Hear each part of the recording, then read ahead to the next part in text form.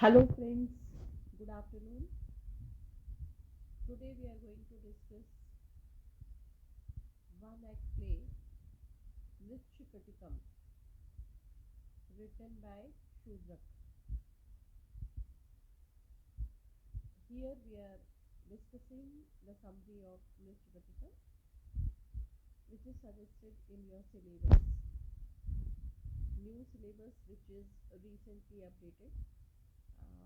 That is study of drama, second unit, second paper, study of drama, second unit, that is Indian classical drama, and this is second part coincidentally.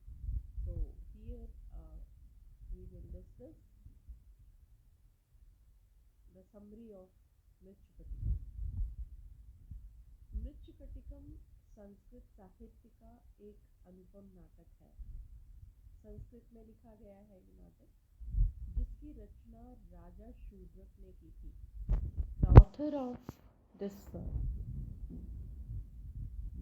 drama is a king. Shudrak was a king, है ना। तो first of all you have to keep in mind that author is Shudrak and he was the king, right? यह 10 अंकों मतलब इसके 10 parts हैं। 10 अंकों का एक प्रकरण नाटक, एक प्रकार का प्रकरण, different classes of drama, and one of the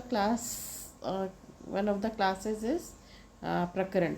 Hindi में नाटक कई तरह के होते हैं जिसमें अलग अलग प्रहसन, है ना।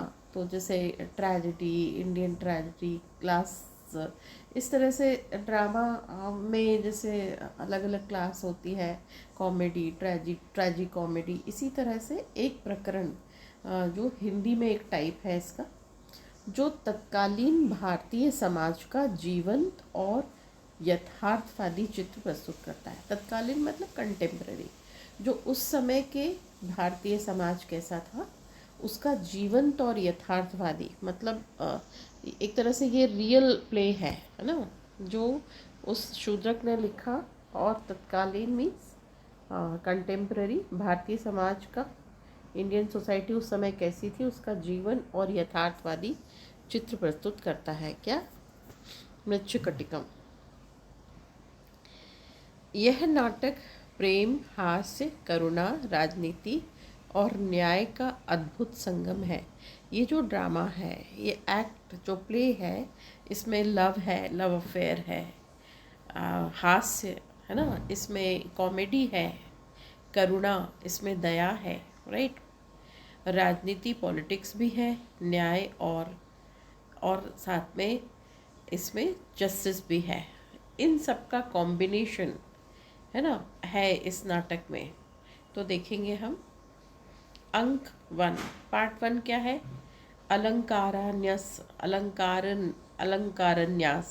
अलंकारन्यास मतलब गहनों का जमा करना। कैसे?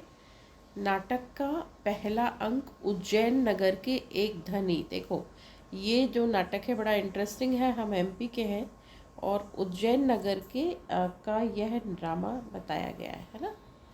तो देखेंगे हम कि यहाँ पर यह उज्जैन नगर के एक धनी, परोपकारी किंतु निर्धन, है ना, बड़ा रिच हुआ करता था ये जो पर्सन है, और हम्बल, बहुत जेनरस। तो धनी, परोपकारी किंतु निर्धन हो चुके ब्राह्मण चारुदत्त, हीरो इसका जो है वो चारुदत्त है, जो कभी बहुत वेल ऑफ था, पैसे वाला था, लेकिन उनकी जनरॉसिटी के कारण उसने अपना सारा पैसा चारुदत्त ने दान कर दिया और अब वो बहुत गरीब है। वह अपनी गरीबी से दुखी है, लेकिन फिर भी अपनी उदारता नहीं छोड़ता। उसको दुख होता है क्योंकि अब वो गरीब हो गया, लेकिन वो अभी भी उतना ही जनरस है। नगर की प्रसिद्ध और अत्यंत सुंदर गणिका, गणिका मतलब प्रॉस्टिट्यूट, है ना, इसको नगर वधू भी कहते हैं। तो जो बहुत सुंदर है वो ना, और बहुत प्रसिद्ध है, जिसका नाम है वसंत सेना, वो इसकी हीरोइन है। चारुदत्त के गुणों से मोहित है और उससे प्रेम करने लगी है। चारुदत्त तो बहुत निर्धन है आज की डेट में, गरीब है, लेकिन जो ये वसंत सेना है, ये वसंत सेना चारुदत्त बहुत फेमस है, खुद बहुत सुंदर है, लेकिन इसका स्टेटस क्या है, ये नगर वधू है, वैश्या है, लेकिन वो चारुदत्त के गुणों से मोहित है। उसको पैसे से मतलब नहीं है, वो चारुदत्त के गुणों से बहुत मोहित है और उससे प्रेम करने लगी है। एक दिन शकार, शकार कौन है इसका, शकार इसका विलन है ना, तो एंटी प्रोटैगनिस्ट। एक दिन शकार राजा पालक का साला, जो राजा का पालक का साला है, जो एक दुष्ट और अहंकारी व्यक्ति है, वसंत सेना का पीछा करता है। कौन पीछा करता है, शकार। ये जो हीरोइन है वसंत सेना, उसका पीछा करता है। वसंत सेना शकार से बचने के लिए चारुदत्त के घर में शरण लेती है। अब वो वसंत सेना का पीछा कर रहा है शकार, तो वो चारुदत्त के घर में चली जाती है छुपने के लिए। शकार की बुरी नज़र से बचने के लिए और अपनी प्रेम भावना को व्यक्त करने के लिए, है ना। मतलब वो शकार उसको इतनी गंदी नज़रों से देखता है, एक तो ये रीज़न है इसलिए वो चारुदत्त के घर चली जाती है, और दूसरा उसको ये मौका मिले ताकि वो चारुदत्त के सामने अपना प्रेम भावना को, अपना प्रपोजल दे सके, है ना। तो वो चाहती है। वसंत सेना अपने कीमती गहने चारुदत्त के घर में अमानत के तौर पर रख देती है। अब वसंत सेना बहुत सारा गहने सोना पहनी हुई है और शकार उसके पीछे ऑलरेडी भाग रहा है, तो वो क्या करती है कि वसंत चारुदत्त के घर में अपने गहने रख देती है संभालने के लिए।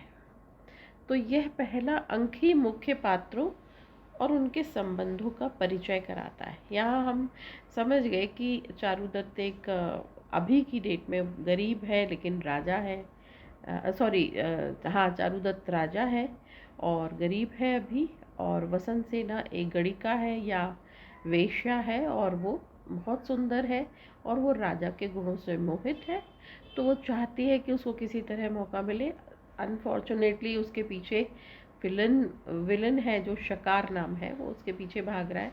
तो वो छुपने के लिए दो पर्पस से चारुदत्त के घर जाती है। एक तो खुद को बचा पाए और दूसरा वो चारुदत्त को प्रपोज कर पाए। तो वो अपना ट्रस्ट दिखाने के लिए काफ़ी सारे जो सोने के गहने हैं वो अमानत के तौर पे चारुदत्त के घर में रख देती है। ये पहला पार्ट है ना।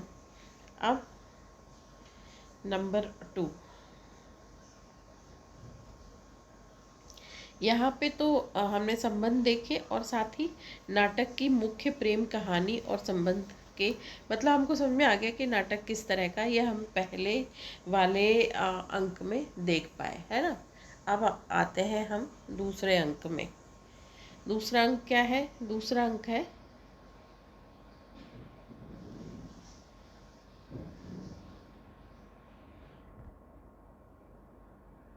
धूतकर संवाहक, है ना।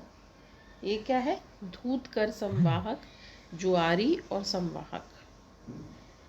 यह अंक जुए और चोरों की दुनिया को दर्शाता है। मतलब आज भी जुआ चलता है, सट्टा चलता है, आज भी चोर है, और बहुत पुराने समय में जब ये नाटक लिखा गया तब भी जुआ और चोरी होते थे। ये अंक जो पार्ट 2 है वो जुए और चोरी को दिखाता है ना। इसमें संवाहक नामक एक जुआरी की कहानी है। इसका नाम इसमें थोड़े अलग है। संवाहक नामक एक जुआरी है। ये क्या है, ये सट्टा खेलता है और ये इसका नाम है संवाहक, जो जुए में सब कुछ हार जाता है और लेनदारों से बचने के लिए बौद्ध भिक्षु बन जाता है ना। आज भी होता है ऐसा, हमारे पास बहुत सारे एग्जाम्पल हैं, जो किंगफिशर के विजय माल्या, है ना, नीरव मोदी, ये सारे लोग अब बचने के लिए या तो लोग क्या करते हैं, बाहर भाग जाते हैं या फिर सरेंडर कर देते हैं और अपने आप को बैंकरप्ट घोषित कर देते हैं। तो ये तब भी होता था, अब भी होता है। तो यहाँ पर ये क्या करता है, संवाहक जुए में हार जाता है और खुद को लेनदारों से बचाने के लिए बौद्ध भिक्षु बन जाता है। जैसे लोग बाहर जाके और अपना हुलिया चेंज करके कहीं और कुछ बन के रहने लगते हैं। गाइड मूवी में हमने देखा था कि लास्ट में वो भी साधु बन जाता है, राजू, है ना। तो इसी तरह से इसमें ये जो इसका संवाहक है ये बौद्ध भिक्षु बन जाता है ना। तो ये यहाँ पर ये बौद्ध भिक्षु बन जाता है। अब क्या होता है, इस अंक में चोरों के सरदार शर्विलक, है ना, नाम इंटरेस्टिंग है लेकिन ये कैरेक्टर भी अलग है। तो इसमें जो चोरों का सरदार है ना, तो चोरों का सरदार का नाम है शर्विलक। हम उसको भी देखते हैं, जो वसंत सेना की दासी मदनिका से प्रेम करता है। ये चोरों का सरदार है और वसंत सेना की दासी कौन है, वसंत सेना की दासी है मदनिका, है ना। तो ये किससे प्यार करता है, मदनिका से प्रेम करता है, ठीक है, ओके। देन उसे खरीदने के लिए वसंत सेना के घर से चोरी करने की योजना बनाता है। ये सोचता है कि ये मदनिका को खरीद लेगा तो ये वसंत सेना के घर चोरी करने की कौन, शर्विलक वसंत सेना के घर चोरी करने की प्लान कर रहा है और मदनिका से प्रेम करता है। मदनिका कौन है, वसंत सेना की दासी है। अब थर्ड जो पार्ट है, यह अंक शर्विलक के चोरी करने की कला को दर्शाता है। यहाँ पे थर्ड पार्ट में चोरी, संधित छेद मतलब संधि यानी एक्चुअली होता है जो दरवाज़ों के बीच में दरार या दो पार्ट से दरवाजे बनते हैं। तो आपने देखा होगा कि जो बीच में क्रैक्स होते हैं उसको संधि कहते हैं। तो संधित छेद इसी से बना है, पर उसका मतलब होता है चोरी। तो यह अंक शर्विलक के चोरी करने की कला को दर्शाता। चोरी अलग अलग तरीके, चोरी भी एक तरह का आर्ट है। आप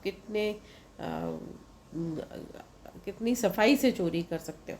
तो शर्विलक चारुदत्त के घर में सेंध लगाकर प्रवेश करता है ना। यहाँ पे क्या होता है, अब ये चारुदत्त के घर में चोरी करने जाता है ताकि वसंत सेना के रखे हुए गहनों को चुरा सके। भाई अभी तो वसंत सेना के सारे गहने चारुदत्त के पास हैं, तो ये चारुदत्त के घर में सेंध लगाकर प्रवेश करता है, मतलब कि चुपचाप से प्रवेश करता है और वसंत सेना के गहने चुराने आया है। वह इन गहनों से मदनिका को आज़ाद कराना चाहता है। वो सोचता है कि ये गहने इसके पास आ जाएंगे तो वो कोर्टशिप करके मदनिका को अपने कॉन्फिडेंस में ले लेगा। हालांकि चोरी करते समय वह अनजाने में चारुदत्त के घर से वही गहने चुरा लेता है जो वसंत सेना ने अमानत के तौर पर रखे थे। अब वो चारुदत्त के घर से वो गहने चुराता है जो वसंत सेना ने चारुदत्त के पास रखे थे। इस चोरी का पता लगने पर चारुदत्त की पत्नी धूता को बहुत दुख होता है। अब वो तो बेचारी वसंत सेना अपने गहने इनके पास संभाल के रखने गई, तो चारुदत्त की पत्नी का नाम धूता है। उसको बहुत दुख होता है जब उसको पता चलता है कि गहने कोई चुरा कर ले गया, चोर चुरा कर ले गया। तो वह अपने रत्नों का हार चारुदत्त को देती है ताकि वह वसंत सेना को चोरी हुए गहनों के बदले दे सके। अब उसको लगता है कि वसंत सेना को दुख होगा, उसको गुस्सा भी आएगा, और उसका पति है चारुदत्त, वो चारुदत्त के घर में रख के गई थी, तो चारुदत्त को के ऊपर केयरलेसनेस का ब्लेम और चारुदत्त की इमेज भी डाउन होगी। तो जो चारुदत्त की पत्नी है धूता, वो अपना रत्नों का हार है ना, तो वो बड़ा प्रेशियस, उसके पास एक हार बचा हुआ होगा, तो उस रत्नों के हार को अपने पति को, चारुदत्त को कहती है कि इसको वसंत सेना को दे देना ताकि वो जो चोरी हुए गहने हैं उसके बदले हम उसको कुछ तो दे पाए। तो ये जो अंक है ये थर्ड अंक है। अब अंक 4, मदनिका और शबरलिक प्रेमियों का मिलन। मदनिका कौन है? मदनिका इसकी दासी है। किसकी दासी है? वसंत सेना की दासी है मदनिका, है ना। तो जो मदनिका है वसंत सेना की दासी, ये क्या कर रही है?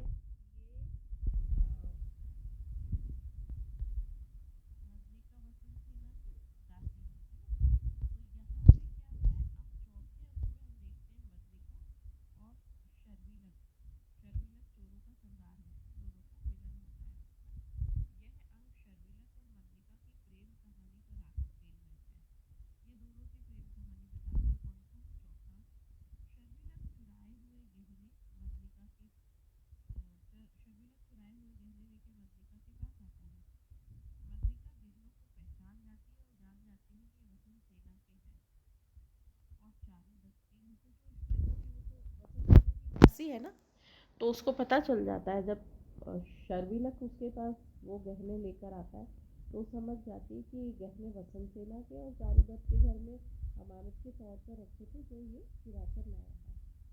मदनिका की ईमानदारी और चारुदत्त के प्रति वसंत सेना के प्रेम को देखकर शर्विलक को अपनी चोरी का पछतावा होता है। तो मदनिका कहती है कि नहीं, मैं इसको एक्सेप्ट नहीं कर सकती, ये वसंत सेना के गहने हैं और चारुदत्त के घर में अमानत के तौर पर रखे गए थे। चारुदत्त के प्रति संवेदना के प्रेम को देखकर वो बड़ी दुखी हो जाता है, और वो कहती कि नहीं, मैं वो शी रिफ्यूजेस, कहती कि I can not accept it. तो वहाँ पे क्या होता है कि शर्विलक को अपनी चोरी का पछतावा होता है कि वो क्यों चोरी करके लाया। अब वसंत सेना अपनी दासी मदनिका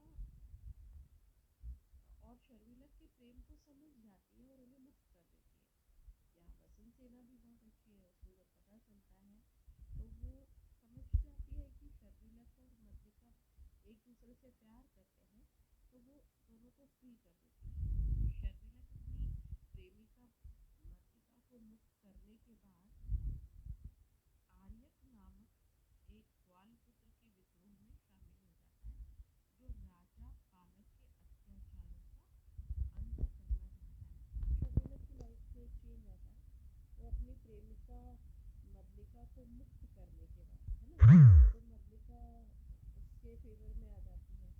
और अब ये क्या करता है, ये उसके बाद क्या करता है, ये आर्यक नामक एक ग्वाल पुत्र के विद्रोह में शामिल होता है। अब ये जो दूसरा कैरेक्टर है आर्यक, तो ये आर्यक कौन है? ये एक ग्वाल पुत्र है ना, नामक एक ग्वाल पुत्र के विद्रोह में। तो ये ग्वाल पुत्र है, तो ये एक विद्रोह कर रहा है जो राजा पालक के अत्याचारों का अंत करना चाहता है। जो एक राजा पालक है उसके अत्याचारों का अंत करना चाहता है, तो ये आर्यक जो है उसके साथ समझो शामिल हो जाता है ना।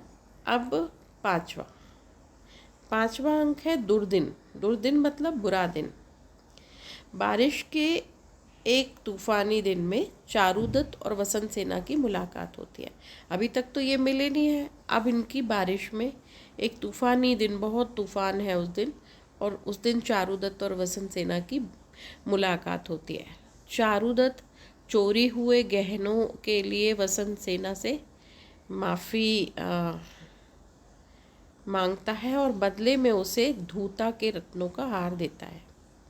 चारुदत्त से वो प्यार करती है, तो चारुदत्त सबसे पहले तो उससे वसंत सेना से माफ़ी मांगता है कि तुमने उसको मेरे ऊपर ट्रस्ट दिखाकर मेरी रिस्पॉन्सिबिलिटी पे वो गहने रखे थे और मुझसे चोरी हो गए।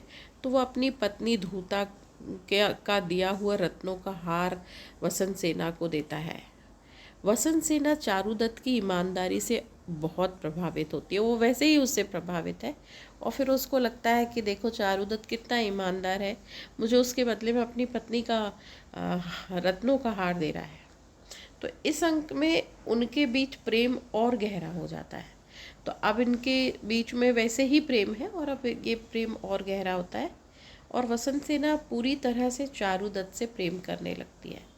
अब खुल के प्रेम करती है वसंत सेना। चारुदत्त से खुल के प्रेम करती है और सामाजिक बंधनों से मुक्त होकर उसके साथ रहना चाहती है। भाई वसंत सेना, एक तो चारुदत्त शादीशुदा है ना, दूता उसकी वाइफ है। दूसरी बात कि वो गरीब है। तीसरी बात कि वो राजा है। बहुत सारे, और यहाँ ऑन द कॉन्ट्ररी वसंत सेना का तो स्टेटस बिल्कुल मैच नहीं करता, क्योंकि वो नगर वधू है, क्योंकि वो वेश्या है। तो फिर वेश्या के साथ कैसे रह सकता है एक राजा। पर जब इनका प्यार और प्रगाढ़ होता है तो वसंत सेना अब चारुदत्त के से बहुत प्रेम करती है, और वो सोचती है ये सारे सामाजिक बंधन, जितने भी सारी सोशल बाउंड्रीज है, उसको क्रॉस करके अब वो वसंत सेना के चारुदत्त के साथ रहना चाहती है। फिर अंक छठवा मतलब पार्ट 6। इसमें क्या होता है? प्रवाह प्रवाह प्रवाहन विपर्यय। प्रवाहन विपर्यय मतलब गाड़ियों का अदल बदल। प्रवाह से जो मूव करता है ना। विपर्यय मतलब चेंजिंग, राइट, एक्सचेंज। तो गाड़ियों का अदल बदल, यह नाटक का महत्वपूर्ण मोड़ है। याद रखिए कि इसमें ये बहुत इम्पोर्टेंट पार्ट है, महत्वपूर्ण मोड़ है। वसंत सेना चारुदत्त से मिलने के लिए उसकी गाड़ी में बैठकर जा रही होती है। तो वो अब अपनी गाड़ी में बैठ के जाती है, और उसी समय शकार भी अपनी गाड़ी में कहीं जा रहा होता है। गलती से वसंत सेना शकार की गाड़ी में बैठ जाती है। तो वसंत सेना चारुदत्त से मिलने के लिए उसकी गाड़ी में बैठकर जा रही होती है, और उसी समय देखती है कि शकार भी एक गाड़ी से जा रहा है, तो वो उतर के धोखे से उसकी गाड़ी में बैठ जाती है। चूँकि दोनों गाड़ियाँ एक जैसी दिखती हैं, इसलिए उसको कन्फ्यूजन होता है। तो उसको वो जल्दी से तैयार होती है और अपनी गाड़ी में बैठकर जाना होता है, लेकिन एक जैसी गाड़ी दिखती है तो वो शकार की गाड़ी में बैठ जाती है। अब क्या होता है? शकार वसंत सेना को अकेला पाकर उसे पाने की कोशिश करता है। अब उसको तो शकार को बहुत अच्छा मौका मिल गया, तो वो क्या करता है? वसंत सेना को ज़बरदस्ती करता है और पाने की कोशिश करता है। जब वसंत सेना उसके प्रस्ताव को ठुकरा देती है तो क्रोधित शकार उसका गला घोंट देता है और उसे मरा हुआ समझकर पत्तों में छिपा देता है, जो आज भी हो रहा है। इतने ही शॉर्ट टेम्पर्ड लोग हैं। उसको लगता है शकार को कि अगर वसंत सेना मुझे नहीं मिल पाई तो उसका ईगो हर्ट होता है, और वो गुस्से में वसंत सेना का गला दबा देता है, और उसको लगता है कि ये मर गई, तो वो पत्तों के ढेर में छुपा देता है। लोग आजकल डेड बॉडी इधर उधर डाल देते हैं, तो वो पत्तों के ढेर में उसको छुपाता है। बाद में वह चारुदत्त पर वसंत सेना की हत्या का झूठा आरोप लगाता है, और वो तो जानता है कि चारुदत्त से प्यार करती थी वसंत सेना, तो वो चारुदत्त के ऊपर वसंत सेना की हत्या का झूठा आरोप लगा देता है। ऐसा पार्ट 6 में होता है ना। अब पार्ट 7 का नाम है आर्या का अपहरण। तो आर्या का अपहरण मतलब आर्यक, अभी हमने देखा था ना, आर्यक जो राजा के विरोध में काम कर रहा है, गाय चराने वाला, हमने यहाँ देखा था इसके बारे में कि वो ये आर्यक एक ग्वाल पुत्र है ना। आर्यक जो है वो एक ग्वाल पुत्र है, राइट। तो अब क्या होता है, नेक्स्ट पार्ट जो है वो आर्यक का अपहरण होता है। यह अंक राजनीतिक घटनाओं को दर्शाता है। आर्यक, जिसे राजा पालक ने बंदी बना लिया था, चारुदत्त के घर के पास से भाग निकलता है। तो ये चूँकि विरोध कर रहा है तो ये बंदी बना लिया जाता है इसको, तो ये भाग जाता है। कि कौन भाग जाता है? आर्यक। और चारुदत्त उसे शरण देता है। ये राजा पालक जिसके अगेंस्ट में ये विद्रोह करता है, कौन? आर्यक। तो ये क्या करता है कि राजा पालक उसको गुस्से में बंदी बना लेता है, मतलब अपने आगे कस्टडी में रख लेता है। तो जो जहाँ रखता है वो चारुदत्त के घर के पास रखता है ना। तो चारुदत्त के घर के पास से वो भाग जाता है और चारुदत्त उसे शरण दे देता है। चारुदत्त के पास में ही मतलब वो है जहाँ उसको कैप्टिवेट करके रखता है। तो ये वहाँ से भाग जाता है और चारुदत्त के घर में शरण ले जाता है। अब इस अंक में आर्यक और पालक के बीच चल रहे राजनीतिक संघर्ष को विस्तार से दिखाया गया है, जो आज भी पॉलिटिक्स होती है। तो किस किस के बीच में पॉलिटिक्स हो रही है?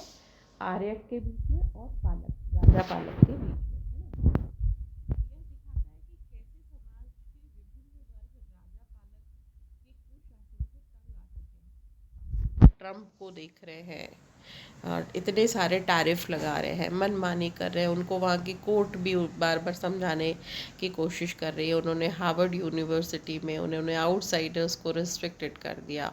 ऐसे बहुत सारे एग्जाम्पल्स हैं। इंडियन पॉलिटिक्स में बहुत सारी चीज़ें हैं जो बहुत गलत, हर पॉलिटिक्स में, हर कंट्री में मतलब गलत हो रहा है, लेकिन उसको कॉमन पीपल फेस करते हैं।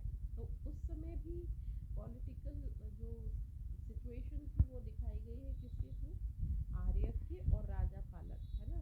कि लोग, अब जैसे ट्रम्प का तो बिगनिंग है, लेकिन सद्दाम हुसैन, है ना, और भी बहुत सारे ऐसे, हम हिस्ट्री पढ़ते हैं तो हम देखते हैं कि किम जोन, राइट, ऐसे कितने सारे डिक्टेटर हैं आज भी, जो जिनके कारण लोग तंग आ गए। श्रीलंका में इतना सारा चेंज आया था अभी कुछ सालों पहले। तो ऐसे सत्ता पलट जाती है फिर लोग जब बहुत ज़्यादा वो करते हैं। तो इस तरह के कुशासन से उस समय के लोग भी उस नाटक के थ्रू हम देख रहे हैं कि परेशान हो चुके हैं।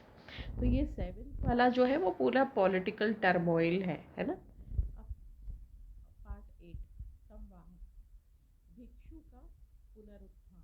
क्या है पुनरुत्थान? रिवाइव करना। इस अंक में संवाहक जो अब बौद्ध भिक्षु बन गया है। संवाहक कौन था? संवाहक जुआ खेलता था, हम उसको रिकॉल करेंगे अभी एक बार और, है ना, कि संवाहक कौन है। तो हमने यहाँ देखा था कि ये जो संवाहक है, ये संवाहक एक जुआरी है ना।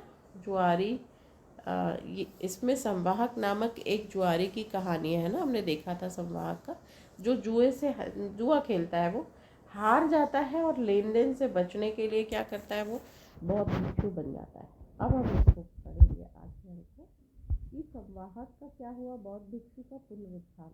इस अर्थ में संवाहक जो अब बौद्ध भिक्षु बन गया था, वो बचने के लिए चोरी करता है और सॉरी, वो जो जुआ खेलता है और हार जाता है, तो लेनदारों से बचने के लिए बहुत भिक्षु बन जाता है। अब ये जो है संवाहक, ये वसंत सेना को पत्तों के ढेर में अचेत अवस्था में पाता है। तो ये बहुत भिक्षु बन गया है और अब ये घूम रहा है जंगल में। तो ये देखता है कि वसंत सेना, कोई लेडी है जो अचेत अवस्था में पड़ी हुई है, वह उसे जीवित कर देता है और उसकी देखभाल करता है। वो भिक्षु बन गया एक्चुअली, तो वो उसकी केयर करता है, उसकी देखभाल करता है। और इस बीच शकार चारुदत्त पर वसंत सेना की हत्या का आरोप लगा देता है। शकार तो समझ रहा है कि वसंत सेना की मृत्यु हो गई है, लेकिन तो वो क्या करता है, चारुदत्त के ऊपर वसंत सेना की हत्या का आरोप लगा देता है और न्यायाधीश चारुदत्त को दोषी मानकर फांसी की सज़ा भी सुना देता है। और इंटरेस्टिंग बात यह है कि बिना प्रूफ के न्यायाधीश चारुदत्त को दोषी मानकर फांसी की सज़ा सुना देते हैं। अब 9वें अंक में क्या होता है? व्यवहार, न्यायालय। न्यायालय में चारुदत्त पर हत्या का मुकदमा चलता है। अब न्यायालय में चारुदत्त जो है उसके ऊपर हत्या का मुकदमा चलता है क्योंकि उसने मारा है। शकार झूठी गवाही देता है और परिस्थितियों के सारे सबूत चारुदत्त के खिलाफ होते हैं। शकार झूठी गवाही देता है और सारे खिलाफ प्रूफ जो है वो चारुदत्त के अगेंस्ट चले जाते हैं। चारुदत्त अपनी सच्चाई जानने के बावजूद अपने भाग्य को स्वीकार करता है। उसको मालूम है कि उसने वसंत सेना की हत्या नहीं किया, पर वो अपने भाग्य के कारण उसको एक्सेप्ट कर लेता है कि ठीक है, अगर मेरे भाग्य में फांसी लिखी है तो होने दो। और उसे फांसी की सज़ा सुनाई जाती है और वो कुछ नहीं कहता उसके फेवर अगेंस्ट में कि गलत है मेरे साथ, मैंने नहीं, ऐसा कुछ नहीं कहता। और वो फांसी की सज़ा को एक्सेप्ट कर लेता है, उसके अगेंस्ट फांसी की सज़ा सुनाई जाती है और वध स्थल पर ले जाया जाता है जहाँ उसको फांसी मिलना है। उसको वध स्थल बोलते हैं ना, जहाँ पे फंदा डालकर फांसी दी जाती है, उसको वध स्थल बोलते हैं। वहाँ उसको ले जाया जाता है। इस अंक में हमने न्याय व्यवस्था देखी कि न्याय व्यवस्था की खामियों और सत्ता के दुरुपयोग को बताया। आज भी होता है ऐसा, है ना। तो जो न्याय व्यवस्था है वो बड़ी कमज़ोर है, लोग सत्ता के कारण बच जाते हैं, दूसरों को फंसा देते हैं। तो ये ही इसमें 9th पार्ट में दिखाया है कि न्याय व्यवस्था की खामियां जो आज भी सिस्टम का प्रॉब्लम है, प्रूफ नहीं है तो किस आज भी बिना प्रूफ के कोई को भी सज़ा हो जाती है और सत्ता का दुरुपयोग भी बताया गया है। अब 10वां पार्ट जो है वो जैसे इसमें 10 पार्ट्स है, वो है निष्कर्ष, संहार। यह अंतिम नाटक की सभी उलझी कड़ियों को सुलझाता है। अब वहाँ सारी चीज़ें सब डिस्टर्ब है ना। तो क्या होता है, चारुदत्त को वध स्थल पर ले जाया जाता है, उसको फांसी देने वाला है, जहाँ उसे फांसी दिए जाने की तैयारी होती है। इसी बीच आर्यक राजा पालक को हराकर स्वयं उज्जैन का नया राजा बन जाता है। अब पॉलिटिकल उसमें क्या होता है, ये जो आर्यक है ये राजा पालक से भाग जाता है ना उसके कस्टडी से, और ये खुद उज्जैन का नया राजा बन जाता है। कौन? आर्यक। ये जो आर्यक है ये नया राजा बन जाता है। वध स्थल पर बौद्ध भिक्षु वसंत सेना को लेकर आता है। अब वध स्थल पर जो बौद्ध भिक्षु है वो वसंत सेना तो जिंदा है, वो ठीक भी हो गई। तो अब जहाँ फांसी मिलना है वहाँ पे वो जो बौद्ध भिक्षु है, जिसका नाम अभी वो बौद्ध भिक्षु है जिसका नाम है संवाहक, है ना, संवाहक नाम है ना। वो देखो हम एक बार और देख लेते हैं कि यहाँ पे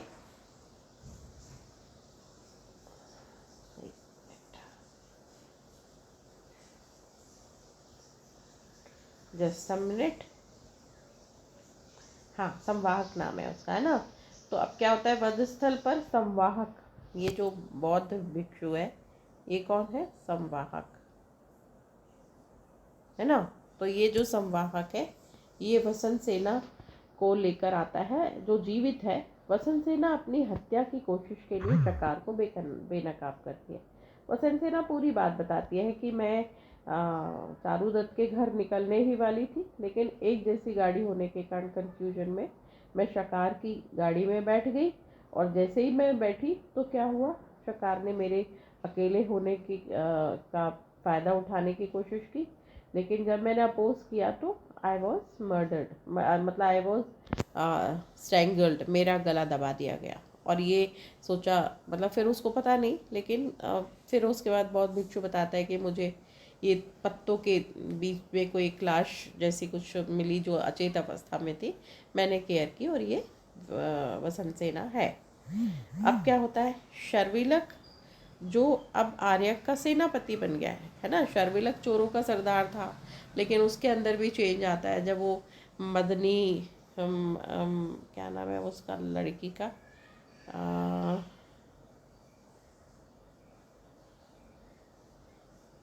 मदनिका, है ना।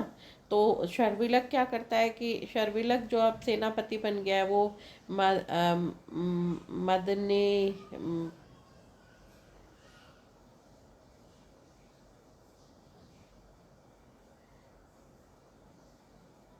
मदनिका, है ना। तो शर्विलक मदनिका के कारण चेंज हो गया है, और वो फिर क्या करता है, वो आर्यक को ज्वाइन कर लेता है ना बाद में। तो आर्यक अब उसके फेवर में है, तो ये क्या करता है, आर्यक उसको अपना सेनापति बना लेता है और शकार को दंडित करने की मांग करता है। अब शर्विलक कहता है कि शकार को दंड मिलना चाहिए। चारुदत्त निर्दोष साबित होता है और उसे ससम्मान बरी कर दिया जाता है। उसको फांसी नहीं होती ऑफ कोर्स, और नए राजा आर्यक चारुदत्त को उच्च पद पर नियुक्त करते हैं। अब नया राजा कौन है? आर्यक है, जो चारुदत्त को एक बहुत अच्छी पोस्ट देता है और वसंत सेना को वधू का दर्जा देते हैं, जिससे उनका विवाह वैध हो जाता है। दोनों की शादी हो जाती है। पहले तो होती थी 2-3 शादियाँ। तो वधू का कि ये बहू है इस घर की, चारुदत्त की बहू है, पत्नी है, और शकार को उसके अपराधों के लिए उचित दंड मिलता है। और शकार फाइनली, शकार इज सेंट टू जेल, है ना, एंड शकार हैज़ टू पे वॉट ही फॉर हिज मिसडीड, है ना। तो यहाँ तक हो गया, यहाँ पर हैप्पी एंडिंग हो जाती है। तो मृच्छकटिकम उस समय के समाज के यथार्थ को दर्शाते हुए सामाजिक न्याय और प्रेम की विजय की कहानी है, कि सामाजिक न्याय मिलना चाहिए, है ना। कहानी है ये मृच्छकटिकम, और यह दिखाता है कि कैसे एक साधारण व्यक्ति भी समाज की बुराइयों के खिलाफ खड़ा हो सकता है। साधारण व्यक्ति कौन है? साधारण व्यक्ति जो बौद्ध बन जाता है, संवाहक। साधारण व्यक्ति आर्यक है ना। तो ये कैसे एक व्यक्ति समाज की बुराइयों के खिलाफ खड़ा हो जाता है, अभी मैं बताती हूँ, 1 मिनट इसको पूरा करके। और कैसे प्रेम धन संपत्ति या सामाजिक स्थिति के ऊपर होता है। ये तो बहुत गरीब था ना चारुदत्त, लेकिन प्रेम जो है वो धन संपत्ति या सामाजिक स्थिति आपकी कुछ भी हो, आप बड़े कहीं की कोई पोजीशन में नहीं हो, लेकिन अगर प्रेम है तो वो सबके ऊपर होता है। ये मृच्छकटिकम की कहानी है ना। अब यहाँ पे मैं ये बताना चाह रही थी कि साधारण व्यक्ति की बात है, तो इसका मैसेज ये है कि हमारे अंदर वो करेज होनी चाहिए। अभी एक वीडियो बहुत वायरल हो रहा है जिसमें एक वकील एक जज से आर्ग्यू करता है कि जज उसकी इंसल्ट कर रहे हैं कि आप, वो जज पूरी हिंदी में उसका जवाब दे रहे हैं, लेकिन कहते हैं कि why do speak in English, in Hindi, do you think that I can understand Hindi. तो वो कह रहे हैं कि तुम ज़बरदस्ती क्यों इंग्लिश हिंदी में बात कर रहे हो, तुमको पता है मुझे हिंदी नहीं आती। तो वो कहता है यही तो प्रॉब्लम है हुजूर, कि मुझे अंग्रेज़ी नहीं आती। ये बात बड़ी कॉन्फिडेंस, जो पर्सन बहुत कॉन्फिडेंट है वही बोल सकता है। तो वो खुलेआम कहता है कि हाँ मुझे हिंदी नहीं आती, अंग्रेज़ी नहीं आती, आपको हिंदी नहीं आती। तो बोलता है, फिर वो बहुत सारी आर्ग्यू है कि आप वहाँ ट्रांसलेटर अरेंज करिए, ऐसा वैसा। लेकिन वो बहुत देर तक उनसे बहुत जेन्युइनली आर्ग्यू कर रहा था। तो Rabindranath Tagore ji is absolutely right, way is mind without fear. तो माइंड हमारा विदाउट फियर कब है? जब हम जेन्युइन हैं, जब हम ट्रू बाय हार्ट हैं, तो हमें किसी बात का डर नहीं है। तो यहाँ पर भी समवॉट यही है कि साधारण व्यक्ति भी समाज की बुराइयों के खिलाफ खड़ा हो सकता है। जब कब खड़ा हो सकता है? जब हम ट्रू हैं, हमारे अंदर वो करेज अपने आप आता है ना। तो हमने इस स्टोरी में, पूरी स्टोरी में क्या देखा? चारुदत्त और कौन कौन है? चारुदत्त, देखो इसको आप उस तरह से समझ सकते हो, मैं यहाँ समझा देती हूँ कि कौन कौन है। चारुदत्त,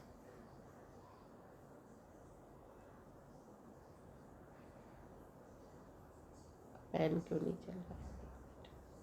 चलिए मैं आपको ऐसे ही बता देती हूँ। इसमें क्या है, चारुदत्त है, चारुदत्त और वसंत सेना। चारुदत्त हीरो है, वसंत सेना नगर गणिका है या नगर वधू है। और चारुदत्त मैरिड है, उसकी वाइफ का नाम धूता है, और ये नगर वधू है। उसी बीच में माइनर कैरेक्टर्स है, आर्यक है ना, और है ना। उसके अलावा हाँ, ये सारा सेटिंग जो है वो उज्जैन का है, ठीक है। तो हम पहले वसंत सेना और चारुदत्त से मिलते हैं। उसके बाद शर्विलक जो चोरों का सरदार है, जो बाद में बदल जाता है और बहुत भिक्षु बन जाता है, क्योंकि उसकी परिस्थितियाँ, वो लेन देन से बचने के लिए चोरी, जुआ और सब छोड़ देता है, जुआ वगैरह, और वो बहुत भिक्षु बन जाता है।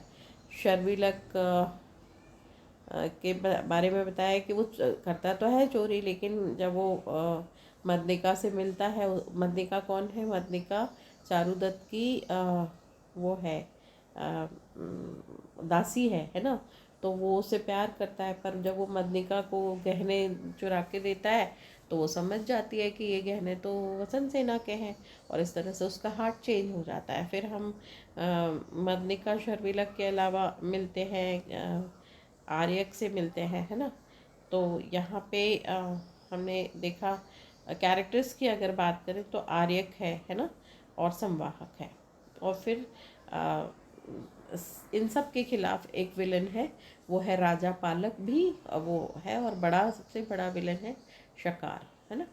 तो इस तरह से सब कुछ होता है, लेकिन चेंज आता रहता है, और फाइनली लव इज़ वन, प्रेम जीतता है। किसी भी सेंस में कह लो, दो कपल है यहाँ पर, एक तो शर्विलक और मदनिनी, है ना, मदनिका, शर्विलक मदनिका। उसके पहले यहाँ पे चारुदत्त और वसंत सेना का पेयर बनता है। हालांकि चारुदत्त मैरिड है, लेकिन पहले ऐसा होता था, तो उसकी वाइफ का नाम दूता है। फिर दूसरा पेयर बनता है जो है शर्विलक और मदनिका का। तीसरा आर्यक, जो बहुत ज़्यादा खिलाफ है राजा पालक के अगेंस्ट में, उसकी पॉलिसीज़ के अगेंस्ट में।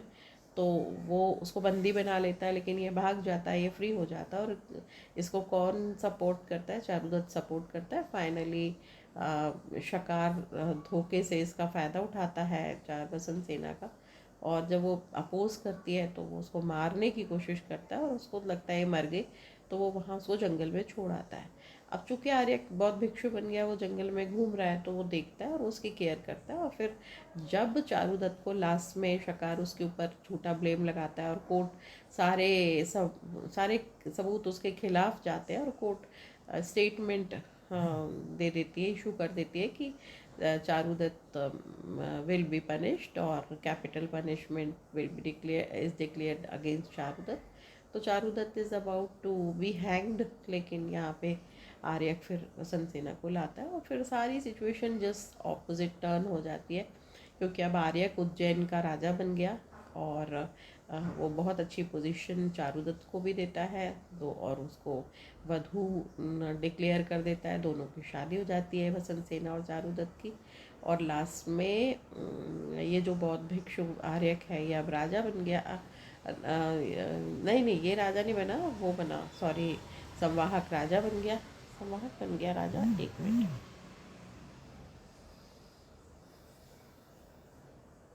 हाँ, शर्मिलक उसका सेनापति बन जाता है, और शकार को दंड मिलता है। आर्यक राजा बन जाता है। आर्यक राजा पालक को हराकर खुद राजा बन जाता है, और अ, संवा वो जो है संवाहक, वो लेकर आता है किसको? वसंत सेना को। और इस तरह से लास्ट में हैप्पी एंडिंग होती है, राइट।